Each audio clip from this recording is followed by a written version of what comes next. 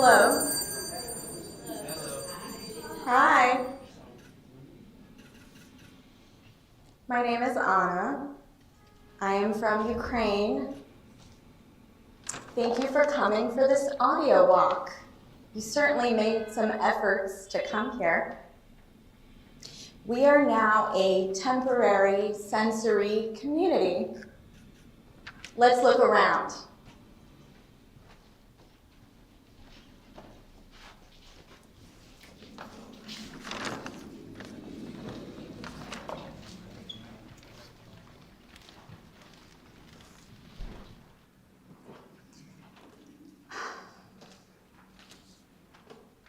Such a beautiful sea.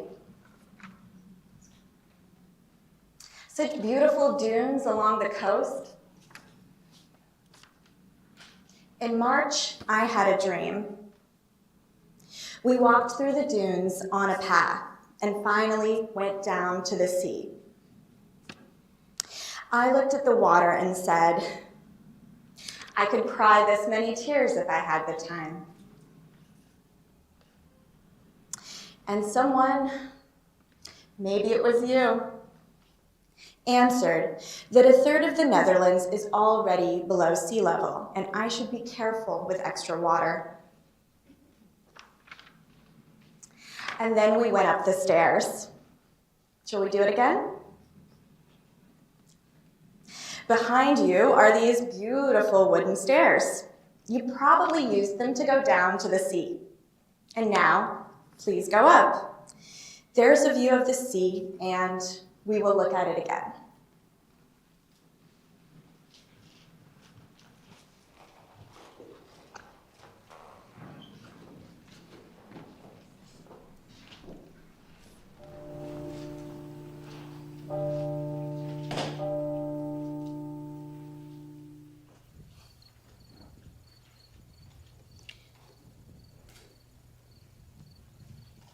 To the left and right, there are large bunkers among the dunes. It's a pity we can't go in there. We are separated by barbed wire. Look at it. It is said that bats now live there. But behind the barbed wire, I can see the footprints of humans and dogs. The brutal concrete looks so beautiful next to the greenery. And this design has a practical application. You can shoot back at enemies. Luckily, no one here has done so for a long time. I am interested in the topic of memory, how we remember events, places, and people. Do you remember how many ships are now visible on the sea?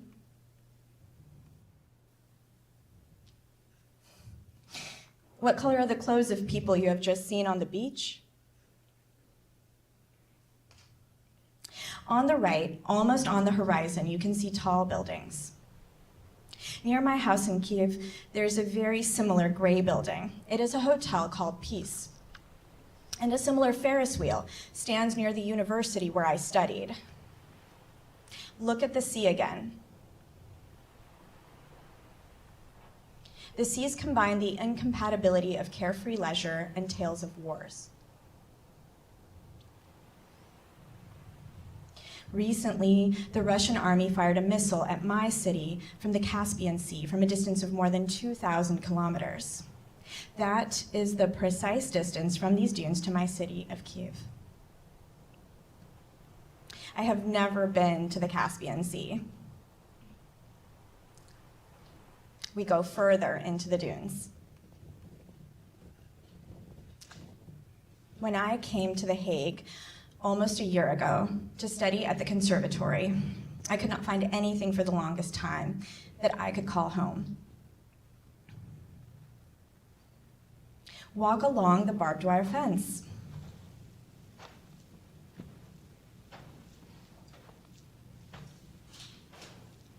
My first room was very far from the center, but close to the dunes.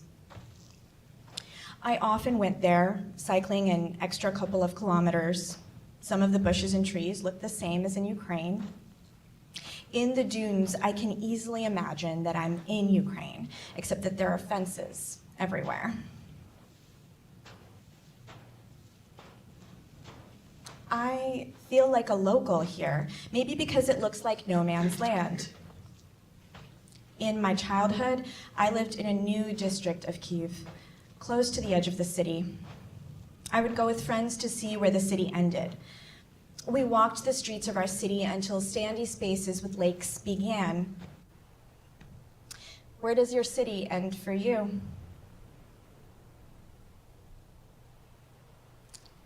There is a gate on the left. This is as far as the wild rams go. You see a metal grid on the ground. I think it is so that animals cannot pass. I probably wouldn't be able to pass here either if I was wearing high-heeled shoes. I hope you have comfortable shoes. I want you to feel comfortable walking with me. We continue down the path along the barbed wire. I am amazed by the beauty of these dunes, always green grass. Now you see bushes on the left. Yellow berries grow on them in summer and autumn. It is called sea buckthorn or oblypicha in Ukrainian. Nature looks slightly similar in the Crimea near Feodosia. But here, everything is a bit more flat. Earth made of sand. Everything is drawn closer to the surface. Did it happen with you that something unfamiliar reminded you of something familiar? Looks, sounds, smells. As if you feel that you are here and at the same time somewhere else. I met Marianna. She was born in The Hague, but she says with a smile that she is 51% Ukrainian. Her mother was Ukrainian, dad was Dutch. They met after the Second World War. At the age of 16, Marianna's mother was taken away by the Nazis from Ukraine for forced labor in Germany. Having overcome many sufferings and dangers, she ended up here. As children, we were very open. It was a big adventure, so what's going to happen to us? But when we told our friends and family and the teachers at school that we were going behind the Iron Curtain, they said, "Oh, this is so dangerous, this is so far away, are you coming back, and what's going to happen to you?" Here, in the dunes, the Nazis shot people, the local resistance movement. Would you join the resistance movement if your country was attacked? If you go to the left, there is a big bell in memory of those who fought for this country during the World War. But you will not be able to ring this bell. It is blocked. We go the other way. You see the bicycle parking. Maybe you have come by bicycle. Do you have a nice bike with a comfortable seat? Leave it here for now. We will go on foot, but don't worry, we'll be back here. Imagine how difficult it is for those who had to leave their cat or dog fleeing from Russian bombs. Leave the parking lot, and cross the road. Go right. Among the trees, you see a small artificial structure.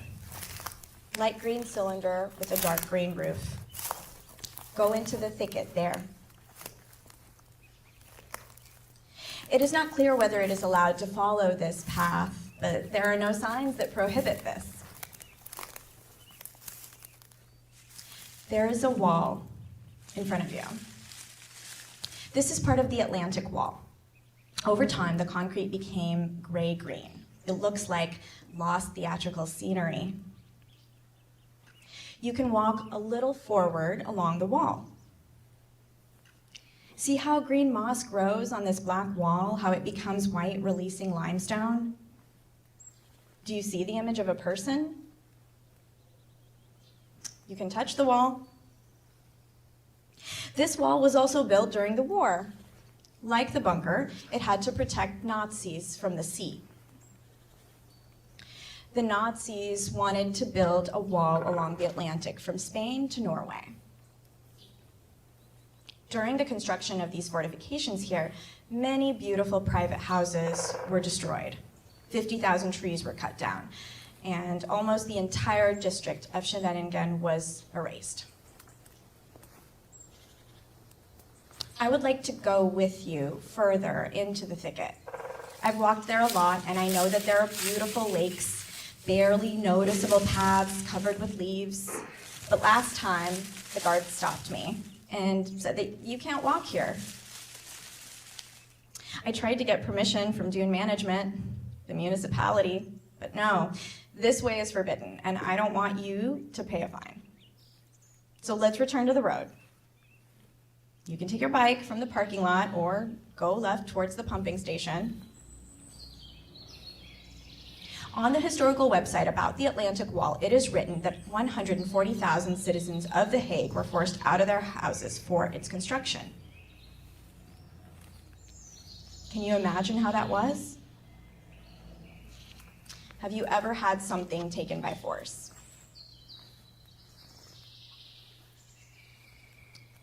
Please don't get on your bike yet. Walk alongside it. Go right towards the pumping station. Follow the footpath.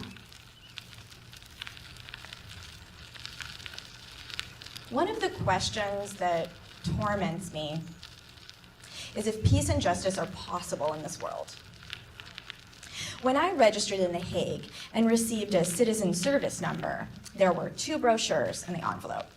One was about separate garbage collection, and the other said that The Hague is a city of peace and justice. So let's go further in search of peace and justice. Marian showed me photos where she is with her mother, father, sister, and brother. She described how they went to Ukraine, to the city of Torez, Donetsk region, named in honor of the French communist Maurice Thorez. There were Ukrainian grandmothers, grandfathers, aunts, and other relatives of Marian's mother. So we went there, and of course, the first time a group of people was waiting at the station. I guess it was Donetsk. I'm not sure if it was Donetsk or already in Torres. A group of people, and my sister said, "Oh, who's our grandmother? Who's our aunt?" There are flowers, of course, and of course crying. It was so, it was incredible to see each other for them after so many years. It was, party, drinking, eating, and so on. Well, you know, the Ukrainian style. You can imagine what happens then.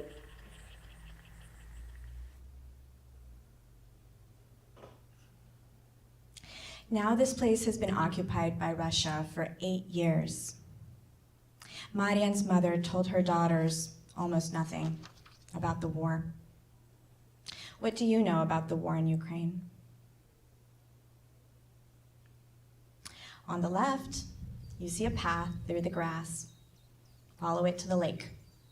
Look how beautiful it is.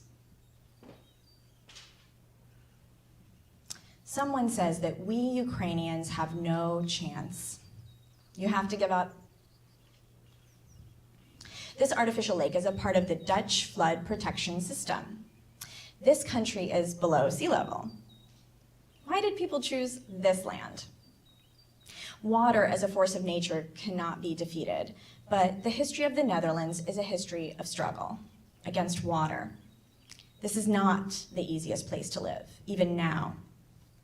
Look again at the lake. Let's go further. Get back on the path. Like Marian's mother, who survived the Second World War, I don't know how to speak about the war that is happening now, either. People ask me, how are you? How is it going? But it seems to be small talk, and no one wants to hear the full answer. I wanted to understand how the Netherlands can exist below sea level. I Googled it. I still don't understand. Yet I feel and admire this power. We walk together, but you don't see me. Maybe I'm in the conservatory now, or at rehearsals, or in Ukraine. I studied at a music school. I loved music. And then I learned cultural studies. I wanted to understand life. Now I'm doing music again. But I also don't know how to communicate with people who survived explosions, the shootings of relatives, the bombing of maternity hospitals and schools in Irpin, Bucha, Kharkiv, Vinnytsia, Mariupol. When I was here during the first month of the full-scale invasion, I didn't leave my room for the first week. I didn't have the strength to explain what is happening. Then I went to Ukraine with humanitarian aid, and I visited friends. I have a friend, Olesa. She is also a musician. We recorded an album together of experimental electronic music in 2020. She also lives in Kyiv, near the Hotel Peace. So it's it explodes and it's like.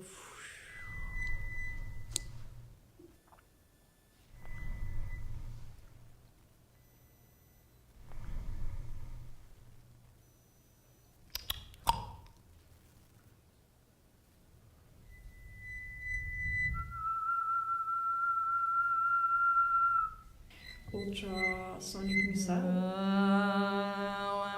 Like the sound of shortly opened and closed windows, like clap. With the body, no, only like a little bit shaking of the walls.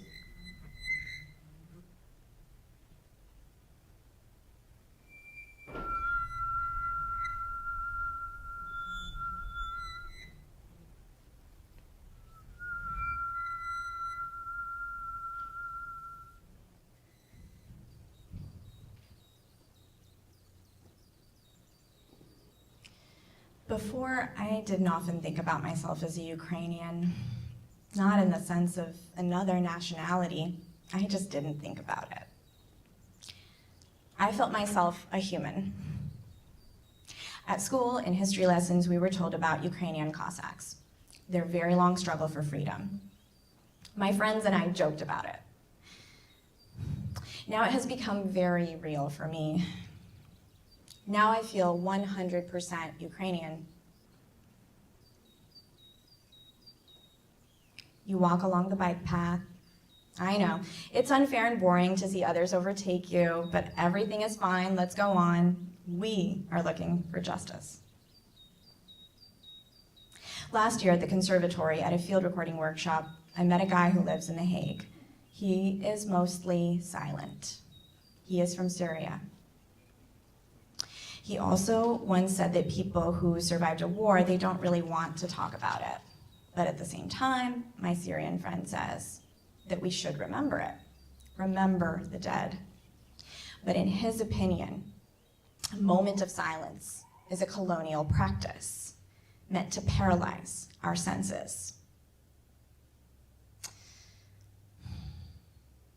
Yet you can honor one's memory in the form of dance, song, movement in time and space. Our walk is also a form of memory. So I do not agree with his opinion regarding a moment of silence. I feel something important in silence. Indeed, says my Syrian friend, the word human means a white man. I don't know what to answer him. Yes, Ukrainians look like the British, Germans, Dutch, maybe Italians and other Europeans. But my Syrian friend did not know that Ukraine is not a part of the European Union, that for a long time we were divided between empires. Austro-Hungarian, Polish, Russian. That Ukraine had nuclear weapons after the collapse of the Soviet Union. And Ukraine is the only country in the world that gave up its nuclear weapons for the sake of strengthening global peace. Now my Ukrainian friends and I joke a lot. Black humor. I also laughed a lot while talking with my Syrian friend, but I can't find a joke for you. I hope I will. You see the beautiful building of the pumping station. This is a historical place. In the yard of the pumping station, there is a memorial, a commemorative bell, some pictures, but you cannot see it. In 2022, Ukraine celebrated the 300th anniversary of the birthday of the Ukrainian philosopher Grigori Skovoroda. He knew 11 languages and admired, among others, the Dutch, Erasmus of Rotterdam, and Justus Lipsius. The Russians destroyed his memorial in the Kharkiv region, as well as several dozen other museums and memorable places of Ukrainian history. Opposite the bicycle park, there is a tube with drinking water. You can drink from it.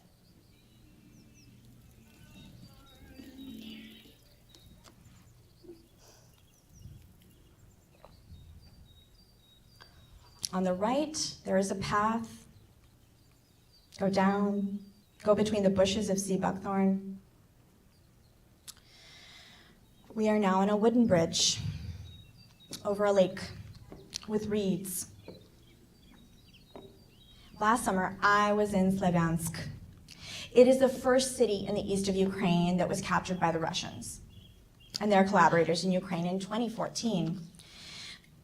In 2 months, Slavyansk was liberated, but during that time, there were problems with water in the city, and during a walk in Slavyansk, my friend pointed to a pond, a puddle, and she said that they were forced to take and drink water from this puddle, both rich and poor, those who wanted to be a part of Russia and those who wanted to stay in Ukraine. Go up the stairs. You see a wooden gate. Go there, cross the bike lane carefully. The sand here is the same as in Slavyansk. Carefully enter the gate and follow the path. Marian's family never went on vacation to other places. For a whole year, they collected money for a trip to Ukraine. They were waiting for permission from the Soviet and Dutch embassies. Marian's mother waited for it very emotionally. During the Cold War, they were suspected of being spies, both here and in the Soviet Union, but in Torres, they were celebrities. They walked freely through the small town, enjoyed its nature and people. But first, it was necessary to register with the police. During the trip to Kyiv, I met with a lot of friends. Pavlo is from a small town in eastern Ukraine. He is a theater director, but there is no theater in that town. And he moved to Kyiv a long time ago. But he also returned to Marian's town, and in 2014, he was captured by Russians. He arrived in Slavyansk, which was occupied by Russians. Pavlo came to file a report and ended up in a torture basement for 2.5 months. Now, after 8 years, I asked him how to communicate better with people who survived tortures and occupation. There is a certain demand, need of acceptance, and maybe also how this Stockholm syndrome works, when a victim feels guilty for getting into trouble and for aggressor hurting the victim, and that's important, I think, to keep the connection with the person kind of proving and providing this bridge that this person is not alone with this experience, although the others did not have it, but they can have empathy. How are you now? The path goes between the trees. There's a big green field on the right, and on the horizon you see the city. Its tall buildings. It would be so nice to run into the field and spread your arms, run to the sun if it is here. But do you see the signs prohibiting that? There are many of these signs. 2 on the right, even 3 plates with the inscription, nature, access prohibited. There are no such signs on the left, but we also see nature. Nature is everywhere here, so access should be limited. If there is no sign on the left, does it mean we can go there? When I go where there is no sign, I still feel like I'm breaking the rules. There are many places in Ukraine now which can be called nature. They are mined. They are mined both by Russians and our soldiers. Some people see the signs about mines, or they simply know that it is dangerous, but still, they go to that forest, go to that sea. Would you come here if there were mines here? Carefully open the wooden gate and go out.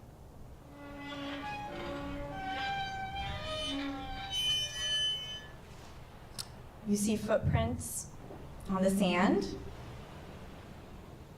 What will be left of you? You can draw or write something with a stick in the sand. Don't worry, it's safe. Cross the bike road and go straight. Follow this sandy footpath. We go up and down, although there is a flat path nearby. I went into the thicket on the left. There are leaves that have fallen for years, for seasons, and formed a soft soil. Also, I found a tree there, which I would like you to climb on, but I can't find it anymore because it is deep in the woods, and we walk along the path so we will not get lost. On the left, there is a family of trees. You see oak brothers and sisters. Some trees grow together, others by themselves. What kind of tree are you? This place reminds me of Muromets Island in Kyvyl. There are also such combinations of open spaces and wildness. The island is currently closed to visitors because there's a strategic object there, or air defense of some kind. In the Netherlands, nature looks wild, but its appearance is planned. In front of you is a big fallen tree. I suspect it was very beautiful, and now it's dead. It still serves as food and home for others, death as resource for life. It's easy to say that when there is a fallen tree in front of you in a nature park. But it is hard to accept the death of friends. My other friend, Yevgen, decided to take up arms to stop Russian terror after the full-scale invasion started. We used to go hiking together to the Carpathian Mountains. We had very heated discussions together along the way. Yevgen used to run a radio program about urban poetics. and organized a street music festival in Lviv. He also translated and edited books of poetry. Moving along the front in Ukraine, he said he was touched by the beauty of the sun. We must discover it after the victory, he said. Yevgen was killed by a Russian sniper on New Year's Eve, which is also my birthday. Last summer, he recorded for me an audio message from the Kherson region. He said he listened to birds between the fights and has learned to distinguish a sleeper bird. Відповідаю тобі в аудіоформаті, бо зв'язок у нас поганенький. Та й спека така немилосердна, що немає що записувати, навіть щоб показувати. Я тут був на південному краї нашої країни. Тут спека страшна, помережена така трошки дощами. На загал ми зараз відпочиваємо ніби після якихось наших справ, виправ бойових.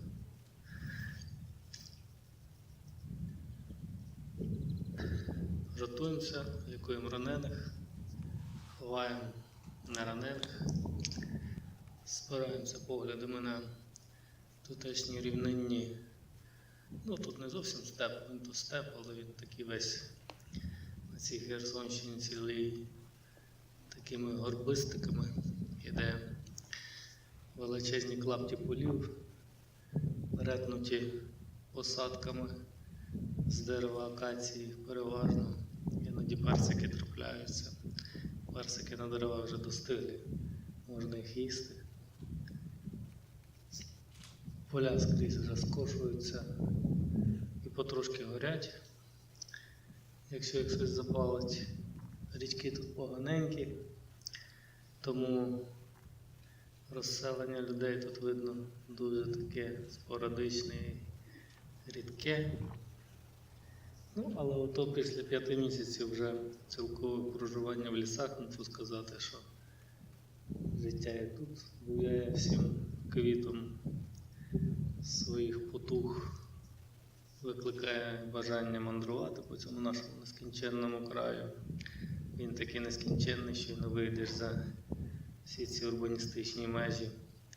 Починаються просто неозорі території, яких достатньо хорошо і цікаво долати ногами, коли йдеш ногами, коли колесами.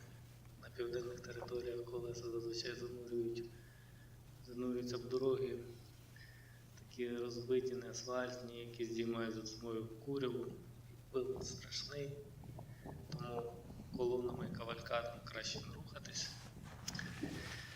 Ось. Але пішки чи такими якимось одинокими транспортами це все зашибісь. Так що після воєнних справ треба буде цю країну ще звідувати. Є на що подивитися, що внюхатися і куди прилягти вуху. Я тут собі скачав програмку, називається BirdNet, додаток. То я іноді собі оце вмикаю, визначаю птахів, які тут є. Останнього цікавенного такого натрапив це, який тут у нас кригоче, стукоче своїми, значить, цими співами.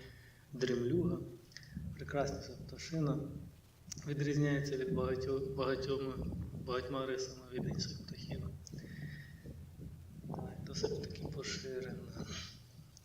П'явки ще тут у ріці такі чесні, що годиться і налякатися. Але від них можна чекати на глибину ріки. Ось, ну з таких от принад. Навіть не знаю, що більше повісти. Мабуть, цього і достатньо. Отож, Лини, тобі, як то кажуть, щирі вітання з південних країв. Гей.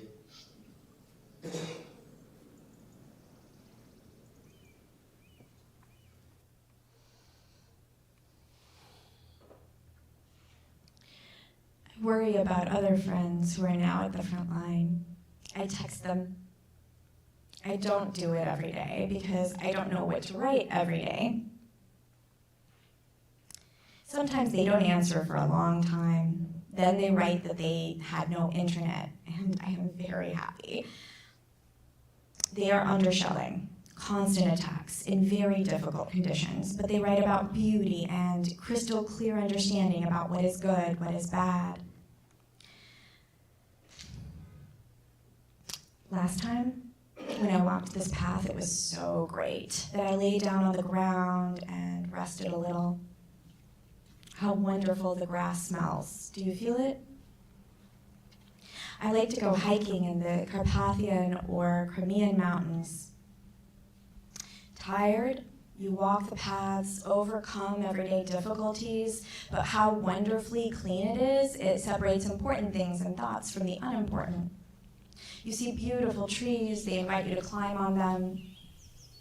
When was the last time you climbed a tree?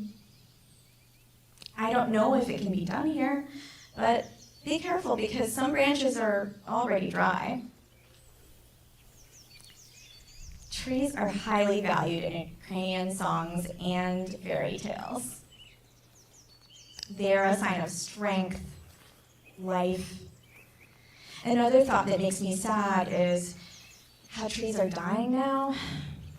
They cannot escape, and they suffer from bullets, shells, and bombs. In the east of Ukraine, there are mainly steppes. You have nowhere to hide from the enemy, or to make an ambush or hide out. Marianna has not been in Ukraine for 30 years. She has warm memories about the town that is and the summer house there, but most of the Dutch probably discovered the region after the Russian missile system shut down the passenger plane, Malaysian Airlines Flight 17. It was 20 kilometers from Marianna's town. Look in the application on your phone at photos taken by Marianna's father in Ukraine.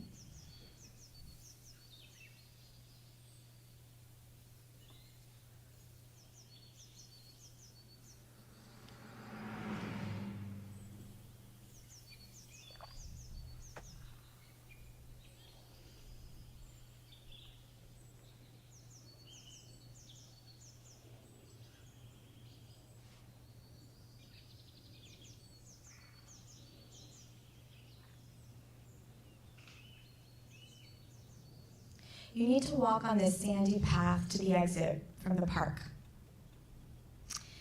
Now, I propose you take off your headphones and listen to beautiful birds singing.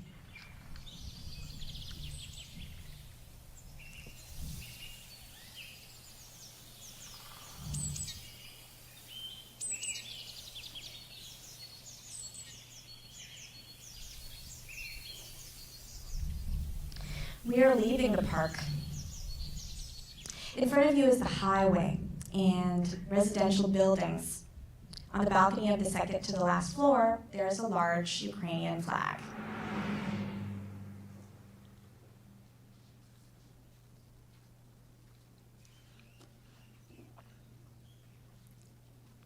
Turn left and follow the footpath. Keep to the path that goes along the fence. You might be a little tired already, but remember or imagine a trip in the mountains. It is not so long. Here too, the path goes up a little. You go up. Do you see a birch tree? There are not many birches in this park. There are not many of them in Ukraine either. On the left, there are fallen pine trees. It seems like they fell on each other, as if they were shot. Like Ukrainian civilians who were killed by Russians.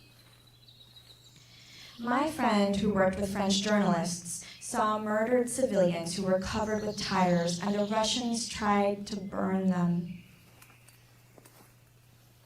Let's go further. In May, I received humanitarian aid and came to Kyiv. Many of my friends from creative jobs went to defend the country. Many had not held a weapon before that, but they joined the territorial defense. We wanted to bring tourniquets to them and to civilians, but the international fund that gave us the money prohibited the purchase of dual-purpose goods. Tourniquets are such things that stop bleeding when you are injured. Large, non-governmental organizations want to remain neutral, and I understand it in theory. Other friends deliver food and medicine where active battles are currently taking place, and another friend says NGOs can't support them because it's too risky. If you want to do it, then get permission from the other side. That is, from the Russians. From the Russians, who shot civilians with bound hands in the head. As my Syrian friend says, NGOs are afraid to support the wrong side. Good always wins. So we have to wait and see who will win. Then we will understand what is good. This is a sad joke. Do you hear the shots? Those are training shots. On the left, behind the barbed wire fence, there is a military zone. Do you remember a large sphere of dark color when we saw walking among the dunes? It is NATO radar. It is part of the air hazard warning system. Ukraine gave up nuclear weapons. Russia, the US, and Britain promised to support the territorial integrity of Ukraine. And now the Russian dictator is threatening Ukraine with a nuclear strike. It is necessary to listen for Russian missiles flying in your direction. A few months after the Russian attack, I guess I could not listen to music.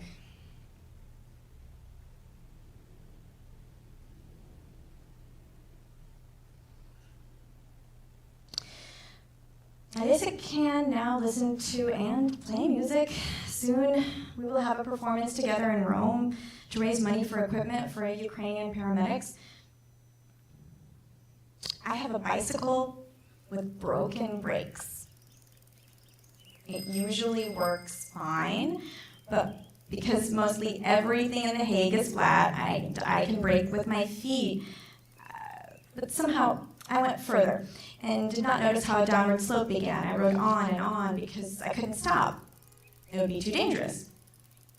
I was waiting for an ascent, so my speed would decrease. It was a little scary. I was angry with myself that I did not repair these brakes, and I thought, when you can't slow down, you can't move too fast, when you know how to control your speed, you can ride very fast. But if you don't know how, or if your brakes are broken, you can never pick up speed. It's also boring, going slow all the time. What's nice about this trail is that you are slightly above the bike path, and you see more, and you seem to be hidden. My Syrian friend says judgment is here, and injustice is there, somewhere far away. Peace is here, because war is there. But I have hope for justice. International investigators have already been in Ukraine. They collected evidence of Russian war crimes. The investigation will probably take a long time. But how do we find these criminals here? Now you see the International Criminal Court up close. It mimics nature. A little frog on the path that is motionless, see? She has an asymmetrical face, just like the criminal court. This court looks like a mirage from here, but everyone can go inside. It is open for the public. It is open for you. It will sound pathetic, but since childhood, I was worried about war. In the early 90s, I saw it on TV, and I remember what I thought. If we, all of us children, go to the country, we will be able to do something. I was 5 or 6 years old, and on a birthday I made a wish that humans don't die. And then I asked my mother, truly, it would be good if people didn't die, right? And she said, someone is born, someone dies.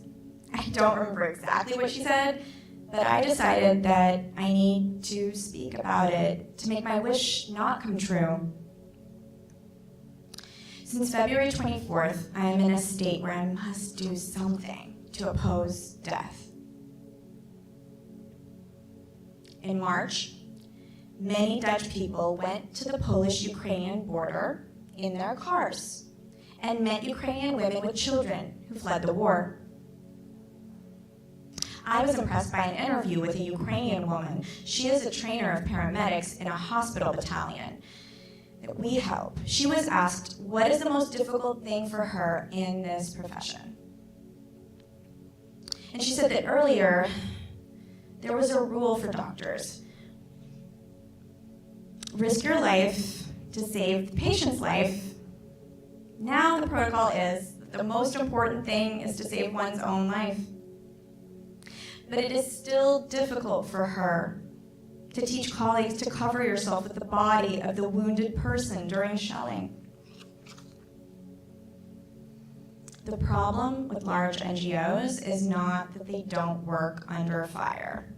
I don't blame anyone for not going where it is dangerous, but there are people who are ready to risk their lives for the sake of others, and they don't get help from these organizations and even become blacklisted. There are also people in The Hague who are ready to risk their lives to save others, such as firefighters. People pay taxes and expect that they will receive help at the right time. But when a fire happens, international rescuers leave the danger zone, and for a long time, they count how many liters of water are needed to put out the fire. They are investigating what wood your house is made of, because such are the rules that these lifeguards set for themselves. You start on your own. You fight the fire, bringing water in buckets. You ask for help from a water cannon, and firefighters tell you that it is too dangerous.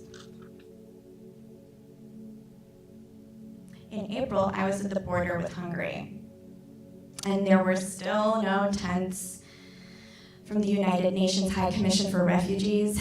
They were still waiting for permission from the local authorities.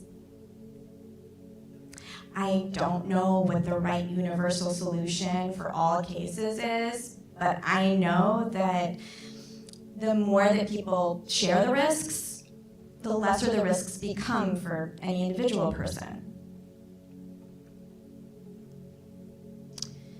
You see a small staircase of wood and earth. Go down. Sit on the bench. Do you have hope for justice? I hate nothing more than hope and justice because they create the illusion of resistance. Freedom is the greatest Western illusion which paralyzes people. Faith? Oh no. Utopia? As my Syrian friend says, the moments you remember are the moments when you are present. Just behind the trees, there is the high ICC building.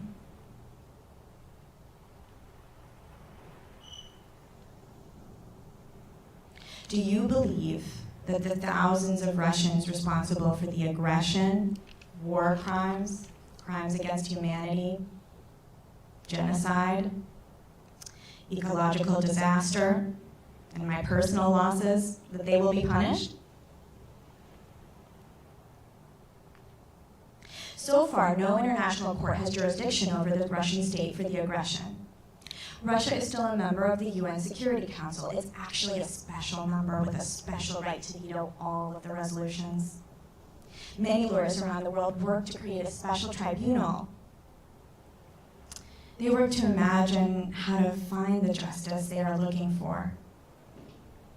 I want to believe that those who are guilty will get their punishment, but I see that this is not about just a belief that we have to get this, to reach that. We have to make judges to do their work, and there is a lot of work, like because of many factors, like bureaucracies and some laziness of some people here or there. We need really to work a lot and for the long time to make people make these decisions and punishment, to punish those who are guilty for this. My friends started it and I supported it when the town was liberated and I got out. The court case to the court lawsuit to the European Court of Human Rights, and there was a certain amount, I don't remember it now, it's more than 10,000 euros, I don't remember, mentioned there as a compensation for this and Who is the other side? Russia. Yeah, it's Russia making the aggression. Taking something from future to rely on. You know, when like you meet the scale of violence, there is no knowledge how to deal with it. All the self-care practices, like meditation, it just doesn't work, you know. And what you can rely, it's like really some hope, you know. Keep this hope for justice, you know. That one day, those who like offended you will be brought to responsibility. We also talked about utopian justice. What do you think about utopian justice? The Soviet government is prosecuted, the Soviet Federation is divided into 35 states, people are exposed to the outcomes of their military operations around the world. And the whole history of Russia and the Soviet Union has to be revised and rewritten, acknowledging and recognizing all the crimes that the Soviet Russian regimes have made throughout its history.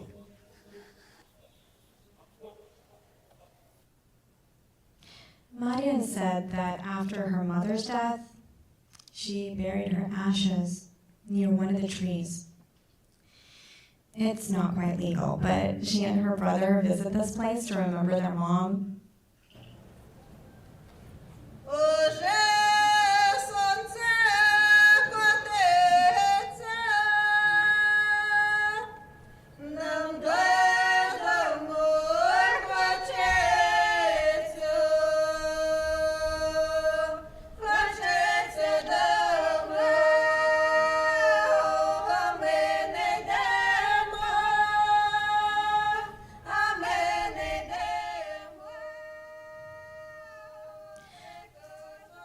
I hope you remembered or discovered something important for yourself in this walk. Thank you for coming. It was good to be together.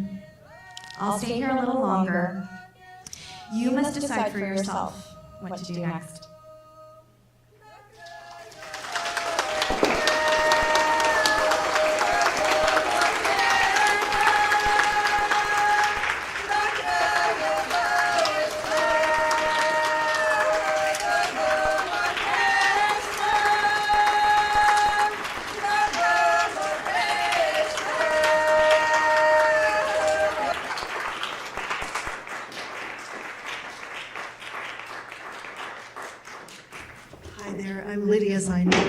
Here. Thank you so much, Marianna and Wayne. Can we give them one more round of applause?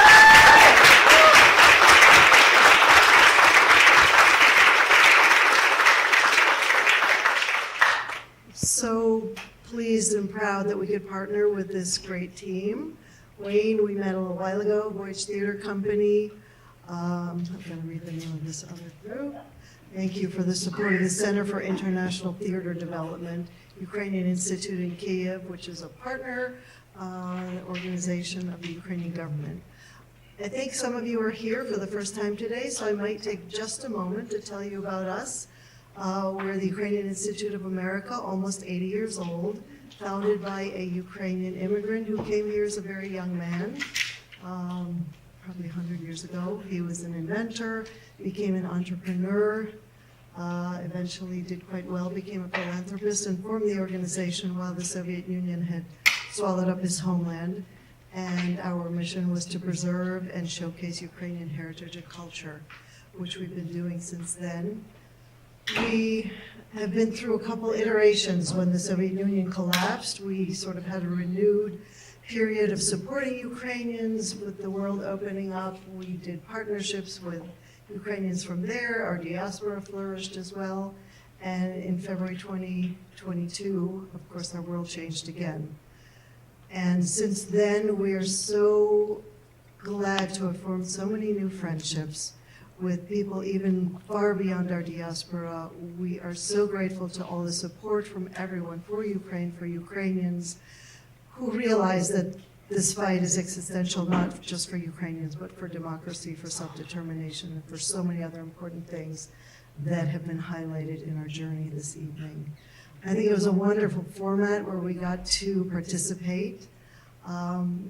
A bit about the rest of our program. We want to invite you for a glass of wine across the way, and in about 10 minutes or so, we'll come back and have a little bit of a conversation with Marianna and Wayne, if you would come back, a little Q&A and further conversation. So thank you all for being here, and thank you to the amazing team, Wayne, you and all the folks in your group. I hope that you thank them on behalf of us all.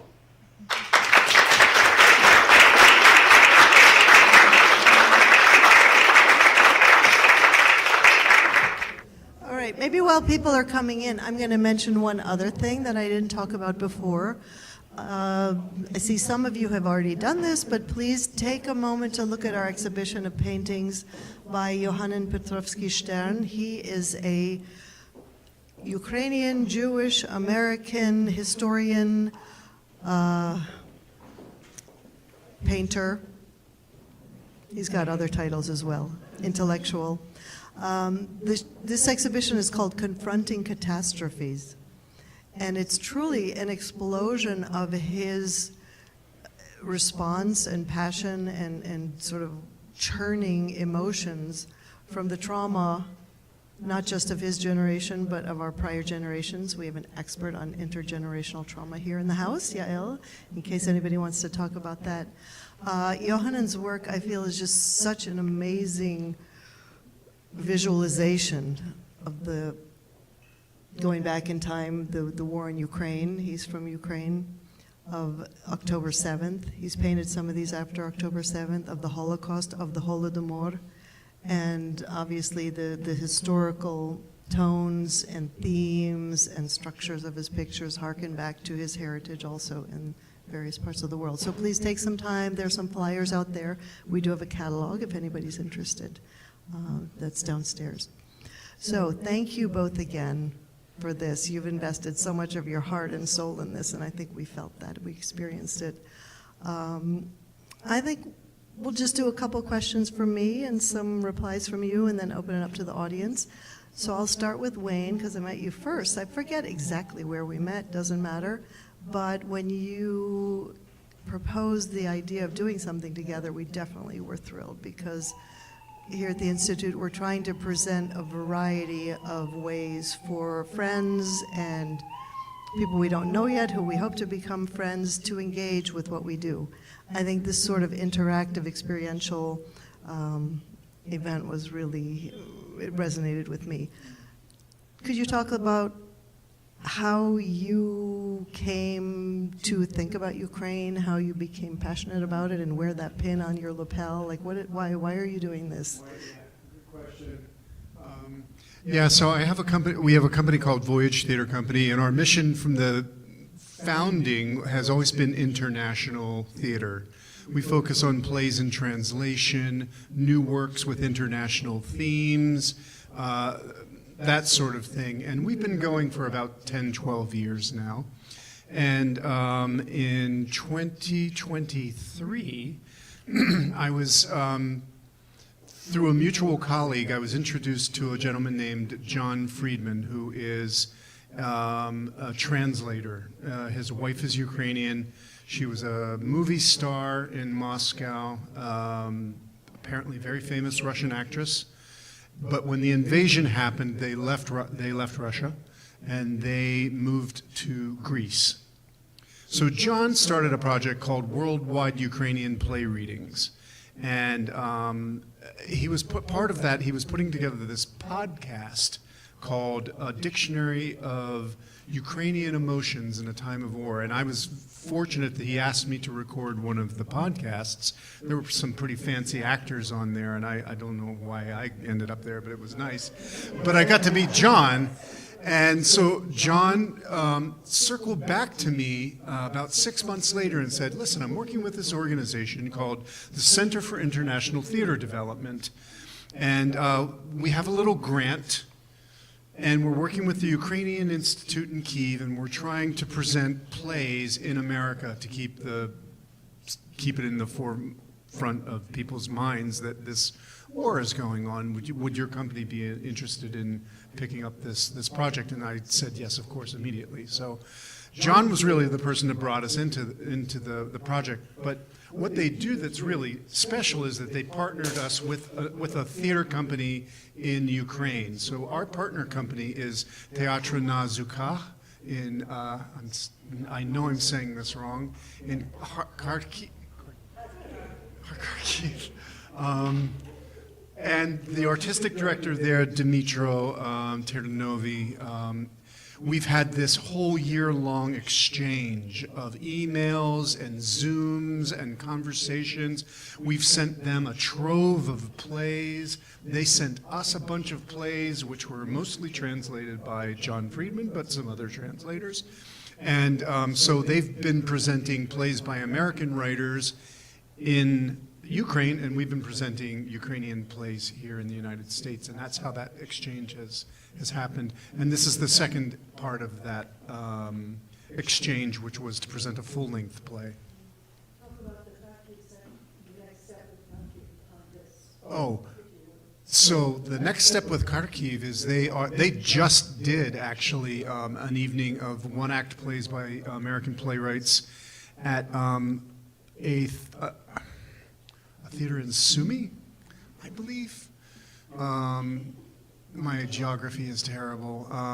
So it's ongoing. They're still continuing to present plays by Americans, and that event was yesterday. So our timing is we're sort of in sync with each other timing-wise. This play that we did tonight was recorded. There were a lot of cameras around. You could see. And we're very grateful to have had Pavel here to record for us tonight. And this will be live streamed in Ukraine soon. I don't know when. Do you know when, Pavel?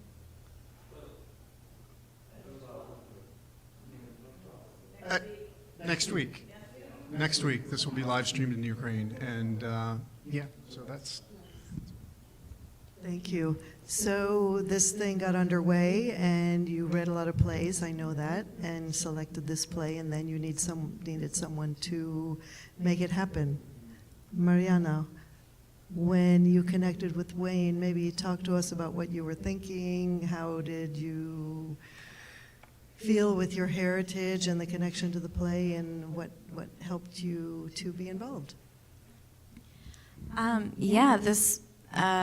This whole opportunity and experience was a really unexpected, beautiful surprise. It was actually Leah, thank you, introduced us very recently, and Wayne and I started talking, and from just immediately, we were just immediately kindred spirits, and we had so many shared interests, and I think I don't know, it's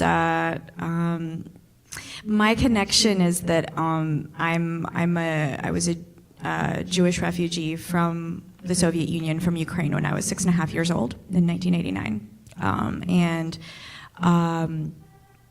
that's a very complicated relationship to Ukraine. I have a few relatives that still live in Ukraine and friends. And so in my way, I related so deeply to so many things in this piece. But I think I really enjoyed relating to it as a Jewish Ukrainian person, because we don't hear about that, and I got to explore that for myself in this piece. And I think that but my heart has gone out for Ukraine ever since the invasion. My cousin had just had a baby. She was living in Kyiv, and she just had a baby a week ago before when the invasion hit, and she had to hole up in a basement with her elderly parents. And we were, I was so similar to in the play. We were texting on WhatsApp, and I wasn't sleeping. I was so worried about her, and just the immediacy of the war hit me really hard. And so I think, I was honored to get to be a part of this project. At first, I was going to dramaturge the project, which I did, and then Wayne was like, "Well, why don't you actually perform it?" And I'm so glad that I did. It's just, we don't hear enough about the personal connection to what it's like to have people who are constantly, putting their lives at risk or could die at any moment. And I even, I have friends that for, the whole of the war, they've just, everything they're doing is on the front. Like, that's just what all the resources of the country go to. Like, I have a friend there who's a doctor in Lviv, so of course he's doing that on the front. Like, that's just the reality. So I think I just feel we don't hear enough about that. So I hope that this piece is an opportunity to bring us all closer. And Wayne and I had so many conversations about like just the intimacy of the experience and bringing you all in as much as possible. And that was really the goal of like, what is it like to bring it up close? And I just think that's so important. We get bombarded by, media headlines all the time, and you become numb, and you just disconnect. And for me, like, when my own relative was so impacted, it just like was completely in my face. So to share what that experience would be like, I was really glad to have the opportunity to get to do that. I have. Not only is Anna part of my name, Marianna, but I really share a lot with the original writers of this piece. So, I'm really glad to have gotten to share it with you all. Thank you for sharing that. It's very, very poignant. Maybe unfair, I was going to ask Wayne a similar question, actually, in both of you, but you've answered it.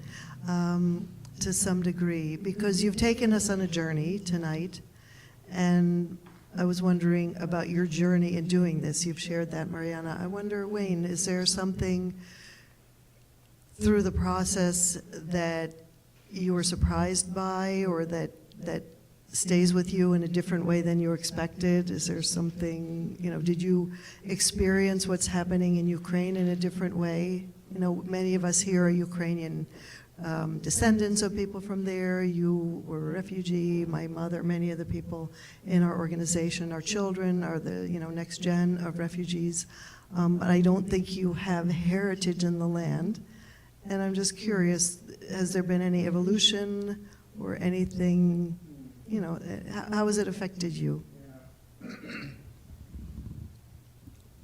I think what attracted me to this play was the fact that it was not a play, that it was written as an audio walking tour, and it was done as an audio walking tour in The Hague.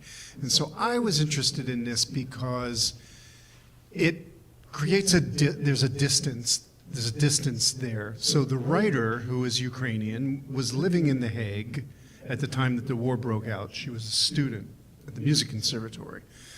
So she was writing this piece that's a walking tour of The Hague while offering glimpses of what was in her mind and in her heart, very much like Marianna, with her family and with her friends and connecting back home. So there was something about reaching across that distance that I could relate to. I'm like, I am also not in Ukraine.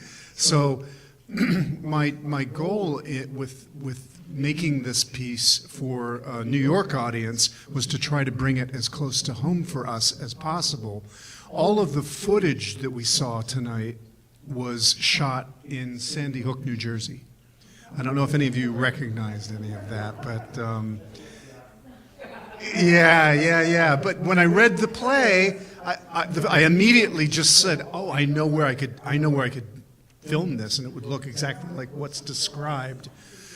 So I was trying to bring it home, and then another piece of that was the use of the UN at the end as opposed to the ICC in The Hague. We just had a conversation about that, a very good conversation about that. Just trying to bring it home for us because we don't connect to the conflict in nearly as profound a way as we should. But very much like you said tonight at the beginning of the evening, it's the front lines of the war on democracy. That's what's at stake here. So it's been a journey for me to connect to that. So, anybody have some thoughts, questions? Please, I suppose.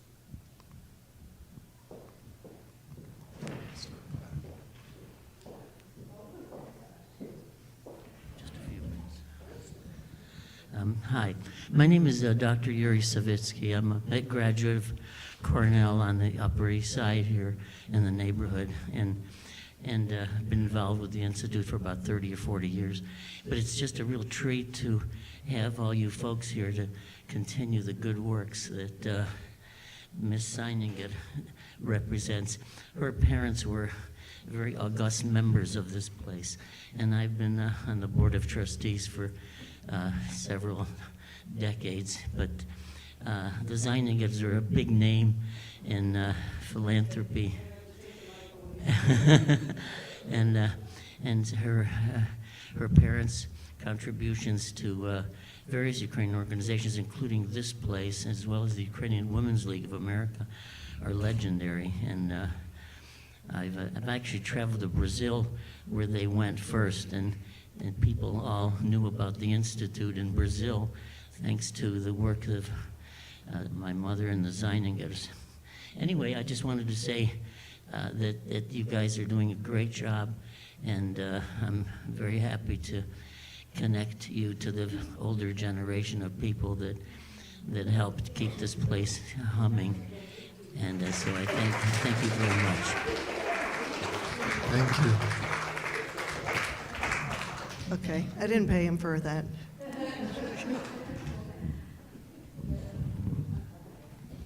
Thanks. I wanted to after we spoke, I was asking Wayne why the ICC, the International Criminal Court, got a very fast showing, and then the UN sits there for the majority of the time, and, because justice belongs to the ICC. I mean, conceptually, no matter what your illusions of the UN are. And I've been with the UN for very many years, so I don't blame anybody who doesn't give up. But but your answer you actually answered it now. So I wanted no. But because the ICC building is not something that's recognizable to me. When I saw a picture of it, I was like, oh, well, okay, I wouldn't know what that is. Okay. When I see the UN, I know exactly what that building looks like. It's right there. I see it all the time. But don't you use the same imagery elsewhere? We do, Because in Amsterdam or in The Hague. Yeah, people would know it's it there. quite. But for New Yorkers, I thought let's give them something that they Some can New Yorkers. key into. Yeah. But at any rate, I was very touched by what you shared, because I had the feeling actually that your person came across, not just that there was a layer of authenticity that came across that doesn't necessarily come across with any actor. You know, you were clearly. Thank you.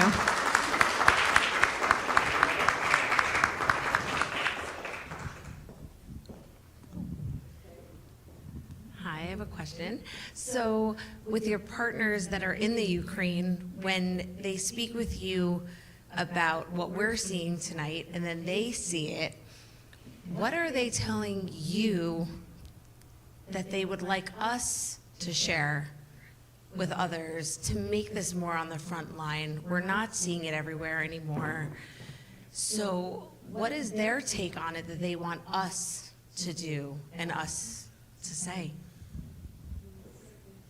So this is part of their cultural diplomacy. This is part of the Ukrainian government's efforts to keep the stories fresh and in the front of people's minds. And plays are just one way of doing that. You can do it through news broadcasts, podcasts, as I mentioned before. They're supporting film projects. They're supporting anybody that will help get the message out and continue to tell the stories of what's happening in the front lines, because we have such short-term memories and we're living in a time of chaos where we're meant to forget every day what's actually happening. So I think the hope from our Ukrainian partners is just that we will remember, even if we just carry this with us for tomorrow or into the next week, that we remember that there is a conflict going on. People are dying every day defending what we take for granted, really, democracy, which frankly is under threat here too now, but it's that. I think the message is that. Thanks for the question. If I can add one little thing to that, just in our experience here, a lot of people talk about ending the war, and there's this talk of ceasefire and all these things. The title of this show is very important too, The Peace and Justice, because for Ukrainians, an end of fighting is not necessarily the end of this battle. For Ukrainians, justice is a huge part of it. And I think for me, it really resonated that the title includes all of that and that it's the ICC, because just because guns stop doesn't mean that it's done. Then it's just an occupation. So that's what we're hearing. I would encourage you to look at the Ukrainian Institute website, not to be confused with ours, which you should also look at. They're a government, they're sort of the cultural arm of the Ukrainian government. They've got amazing videos, all sorts of great content about history and art and music and theater, and they support programming like this. I hope also that we'll have this video on our YouTube channel someday. And also, if you would share the podcast name, I'd love to share that with anybody if you want to reach out to me or to Wayne. Could I switch gears? Sorry, I have the mic. When I get the mic, I talk. Sorry. But Marianna, we're unfair to you a bit because we haven't talked about you, the person actually here, and what you do on a regular basis when you're not in a reading with Wayne. Yeah, that's a good question. Or not. No, it's that's great. I'm many things. I'm a writer. I'm a social scientist, and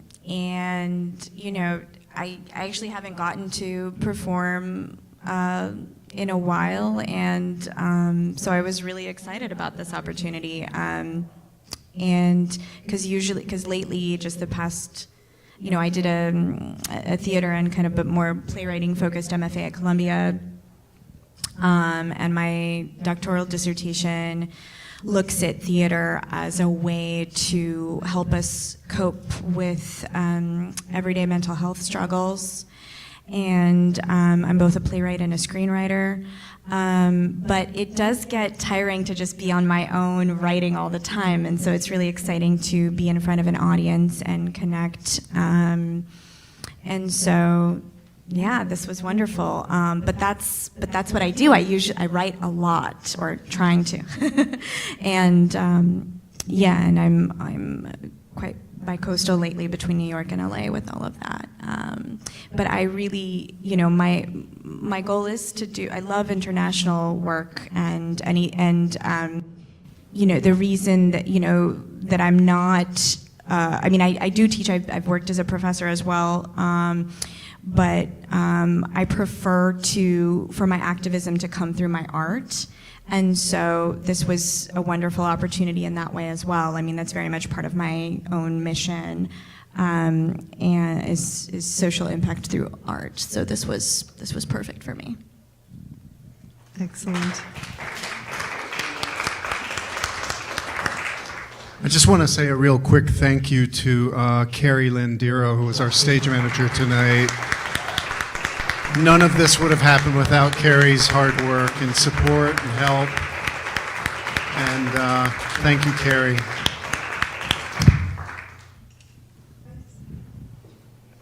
Thank you. Question for Marianna. As an Ukrainian, how does working on Ukrainian art advance or impact that identity? Do you feel closer, better connected? Does it reinforce memories or stories from your parents? Are you crafting a new identity of being Ukrainian as you work through Ukrainian art? Thanks for that. I'm always crafting a new identity. Yes, well, one thing is I'm actually excited to share this with my friends and relatives in Ukraine. I'm really curious to see what they're going to say.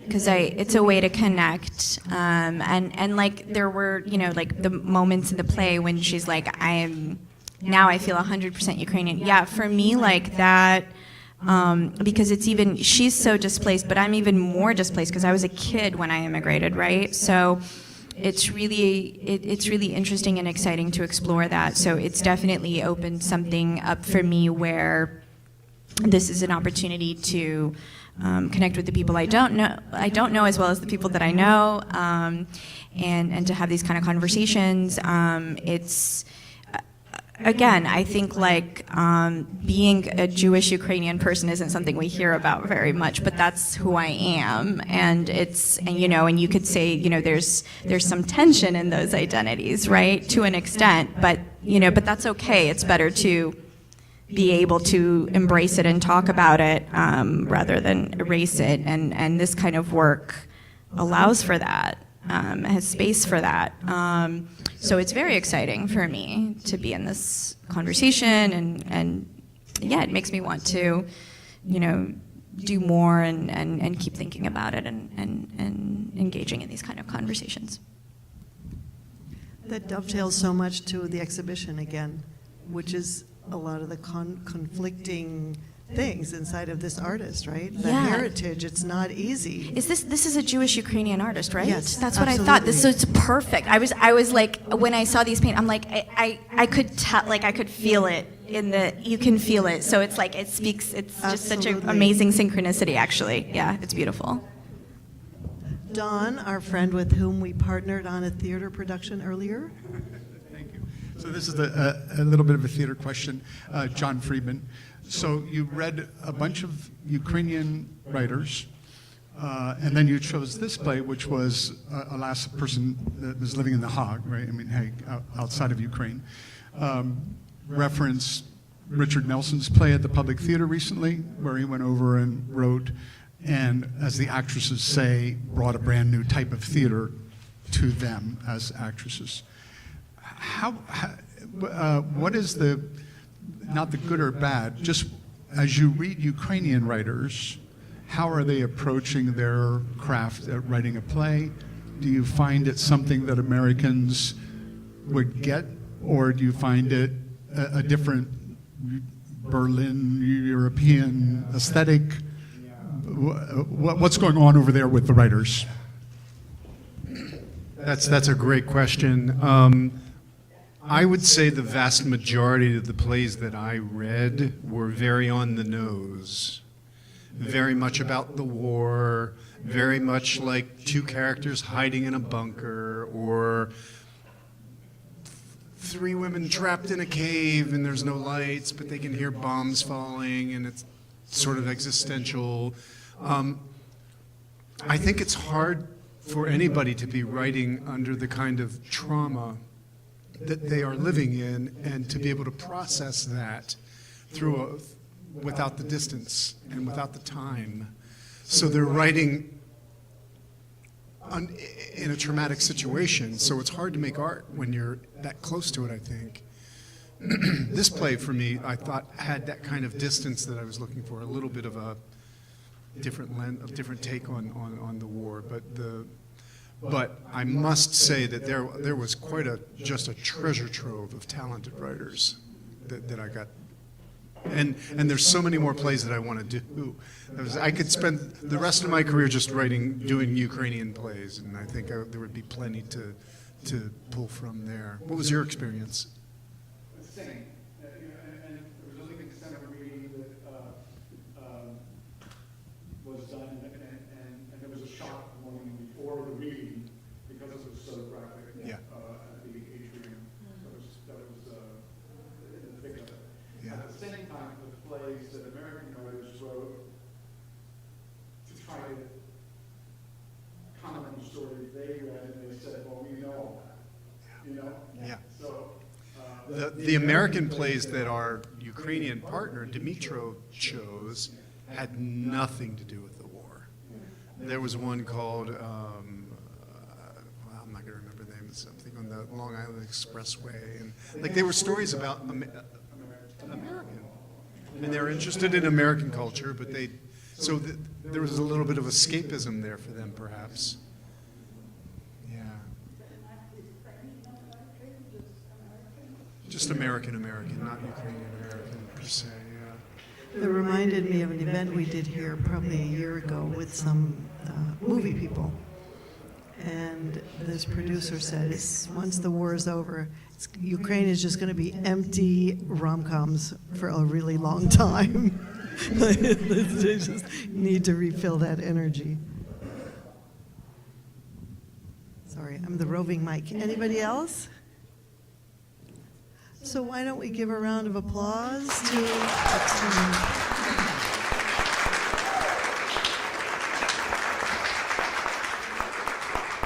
Thank you all so much for coming out. I really appreciate it. Thank you.